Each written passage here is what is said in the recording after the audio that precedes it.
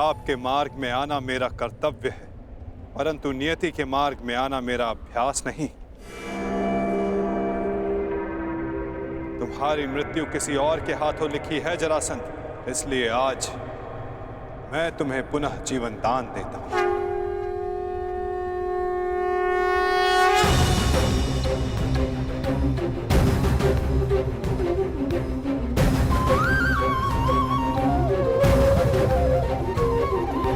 यदा यदा धर्मस्य ग्लानिर्भवति भारत अभ्युत्थानमधर्मस्य तदात्मानं सृजाम्यहम्।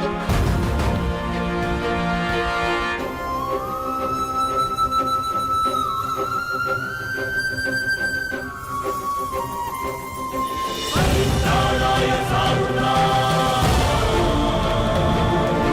विनाशाय च दुष्कृतां।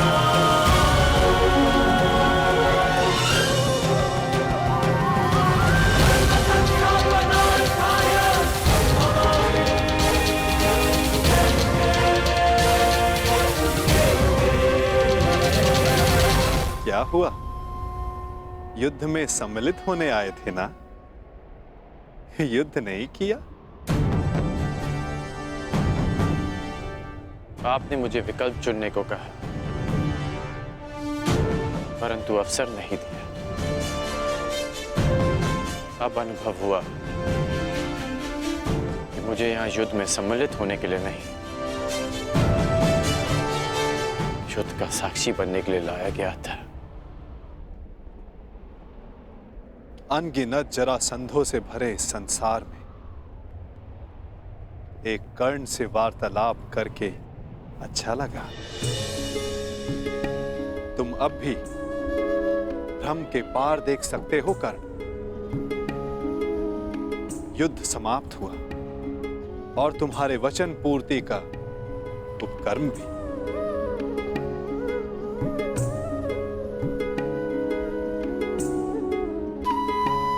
तो प्रस्थान करें?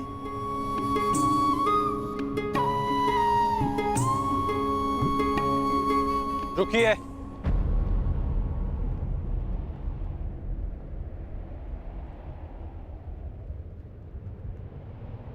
वासुदेव,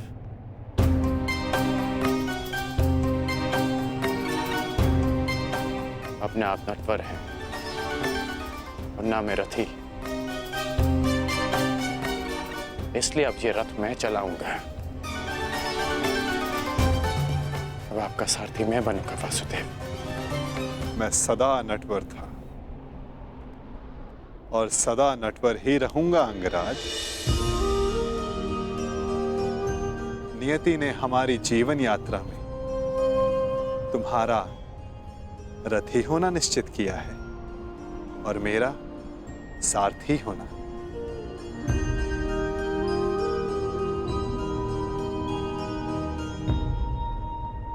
जो मन में है कह डालिए अंगराज। युद्ध ना कर पाने का खेद है? नहीं, क्योंकि जिस युद्ध में आप सम्मिलित हो वहां किसी और का युद्ध करना व्यर्थ है।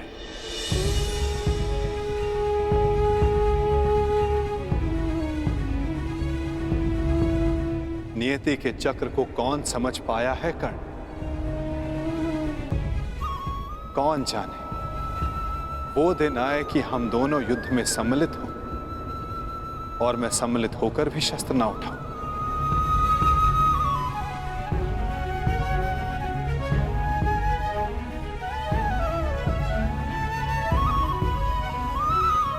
अरे अरे, इतना गंभीर क्यों हो गए?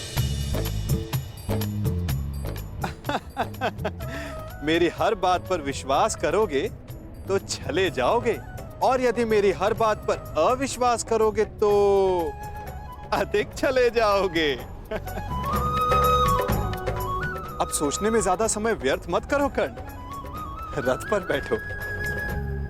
क्या अब भी कोई यात्रा शेष है?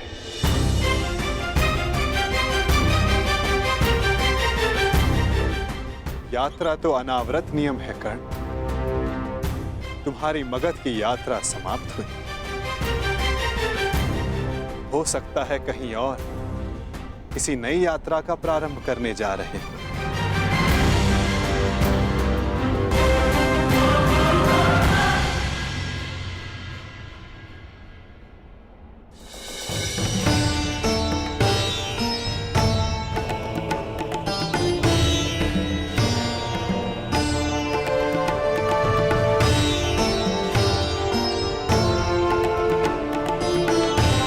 यात्रा मंगलकारी हो पुत्रों। हाँ युवराज, तुम्हारी कीर्ति की अग्नि से वारणावत की हर दिशा प्रकाशित हो।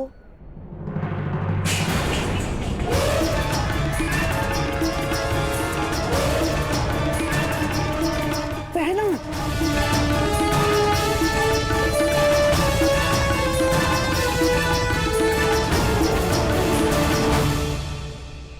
ये तो अपशगुन है।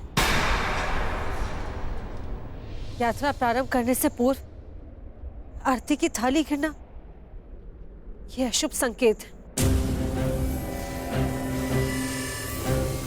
मुझे लगता है कि आप लोगों को ये यात्रा स्थगित कर देनी चाहिए।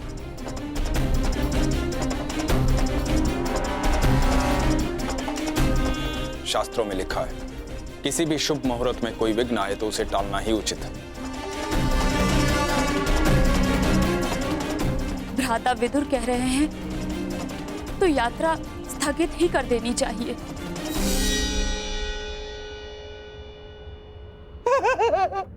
क्या क्या कह रहे हो बहना?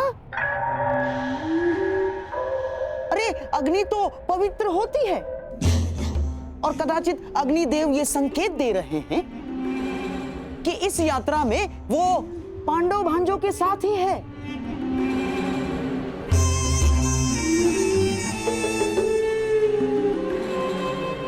परंतु महामंत्री आप तो स्वयं नीति कुशल हैं। वारणावतवासी युवराज युधिष्ठिर की प्रजा है और वहां उनके और बहन कुंती के सत्कार में विशेष प्रबंध कर दिए गए हैं। और अब यदि ये यात्रा स्थगित हुई तो न केवल प्रजा का उत्साह भंग होगा बल्कि प्रजा में यह संदेश भी जाएगा कि युवराज युधिष्ठिर केवल एक अपशकुन के भय से अपने कर्तव्य से पीछे हट गए ना।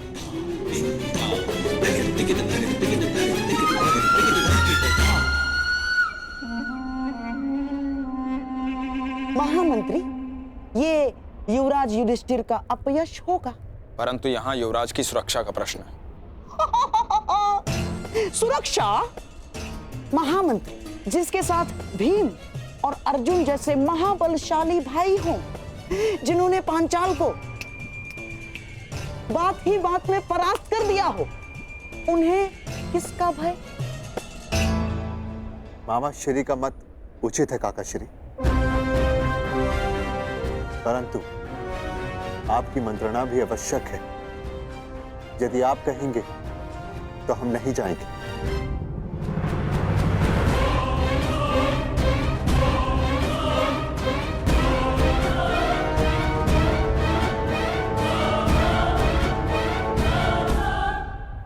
क्या आज्ञा है काका श्री? ठीक है युवराज, आप प्रस्थान करें।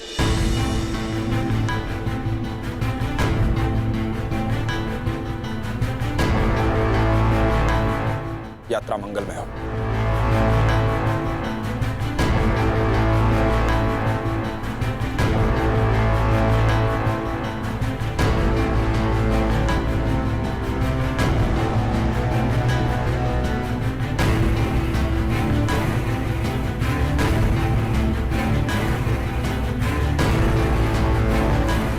चलिए माता श्री।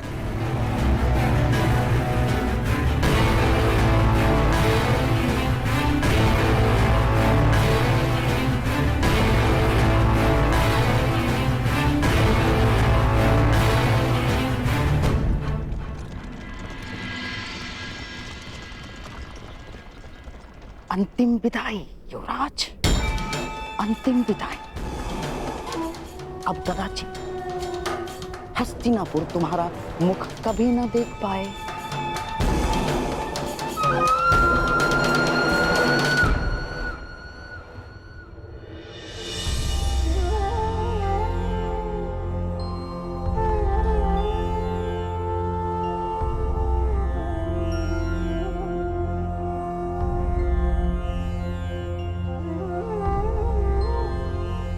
वासुदेव,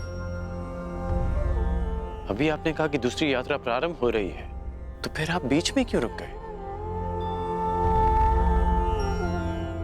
विचार कर रहा हूं अंगराज कि कुछ यात्रा यदि प्रारंभ ना की जाए तो भविष्य पूर्णतः भिन्न हो सकता है।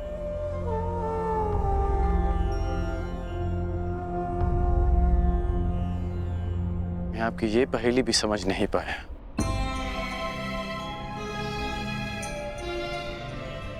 हर पहेली का उत्तर हमारे चयन में होता है अंगराज, और भविष्य चयन पर निर्भर करता है। जीवन जीने के सदैव दो विकल्प होते हैं। एक विकल्प होता है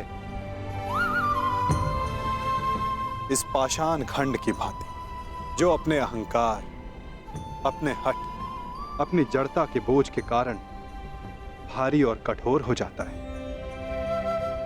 जो ना अपना चुना हुआ मार्ग बदलता है और ना ही अपने विचार। उसका प्रारब्ध इस पाषाण खंड की तरह होता है।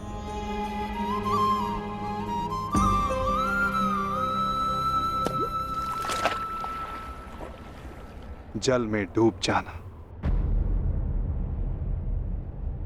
और दूसरा मार्ग वासुदेव?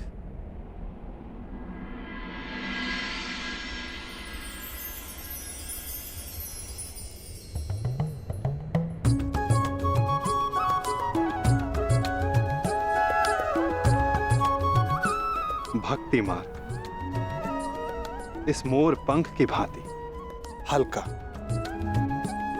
जो वायु के वेग में बहता है।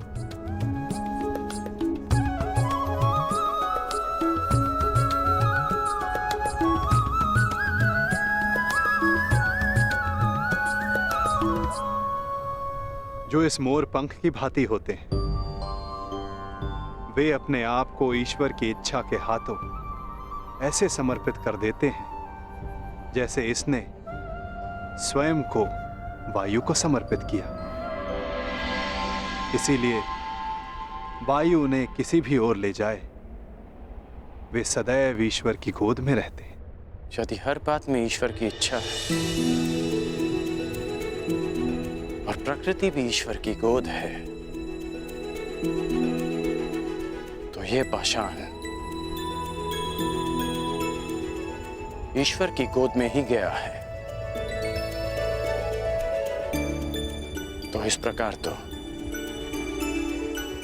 ये दोनों मार्ग एक ही हुए ना वासुदेव? पाषाण हो या पंख, वायु के साथ बहें या जल में मग्न हो जाएं, रहना तो ईश्वर के साथ ही है।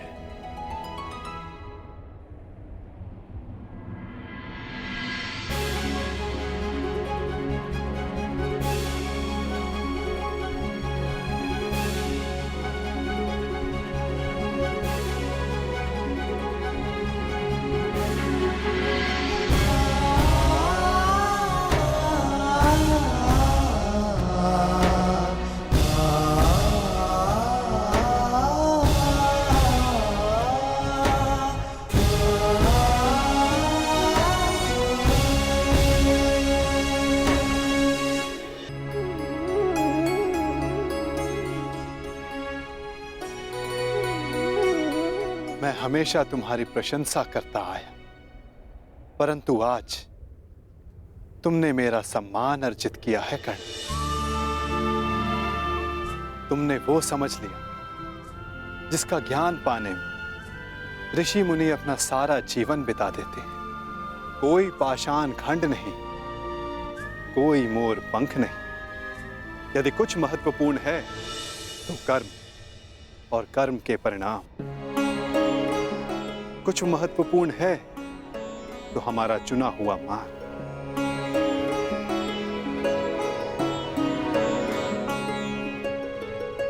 बहुत ज्यादा सोचते हो अंगराज, बहुत समय भी व्यर्थ करते हो।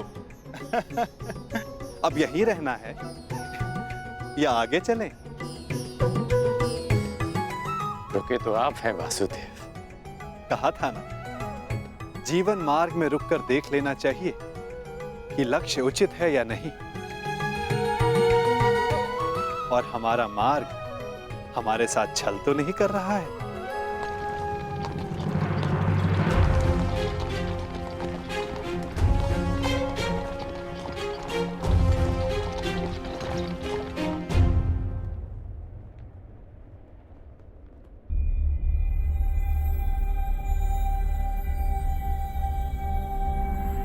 ये दो रथ क्यों वासुदेव?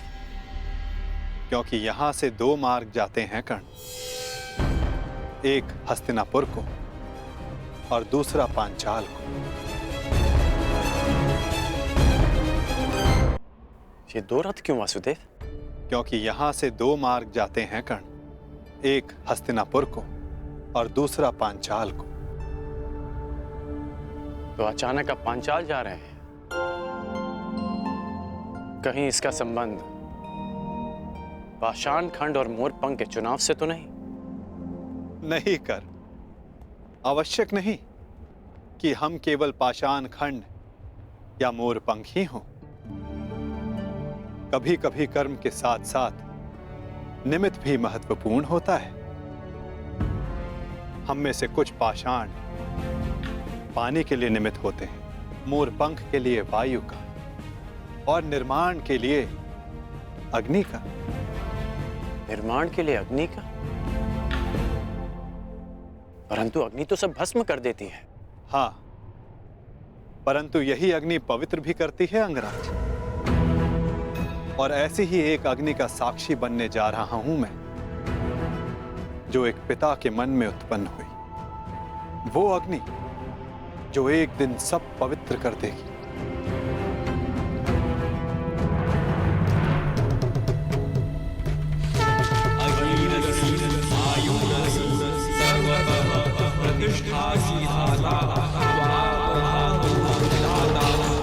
हमारे प्रतिशोध की अग्नि शांत करने के लिए दो अतिथि शीघ्र प्रस्तुत होंगे द्रौपद।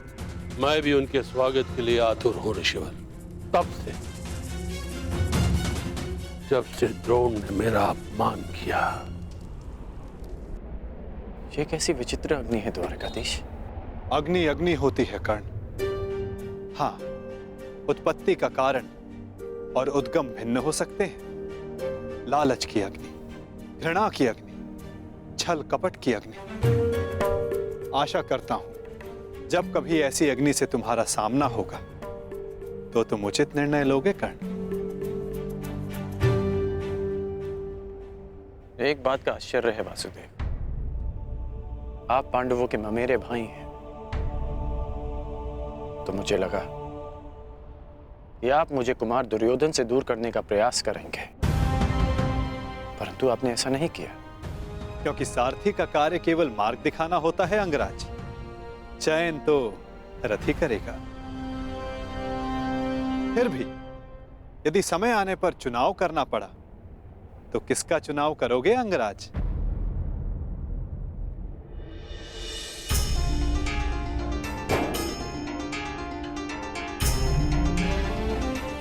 मित्र दुर्योधन का। इसलिए नहीं कि मैं उनके प्रत्येक कर्म को उचित मानता हूं, परंतु इसलिए कि उन्होंने मेरी तब सहायता की जब सबकी दृष्टि में मैं तुच्छ था।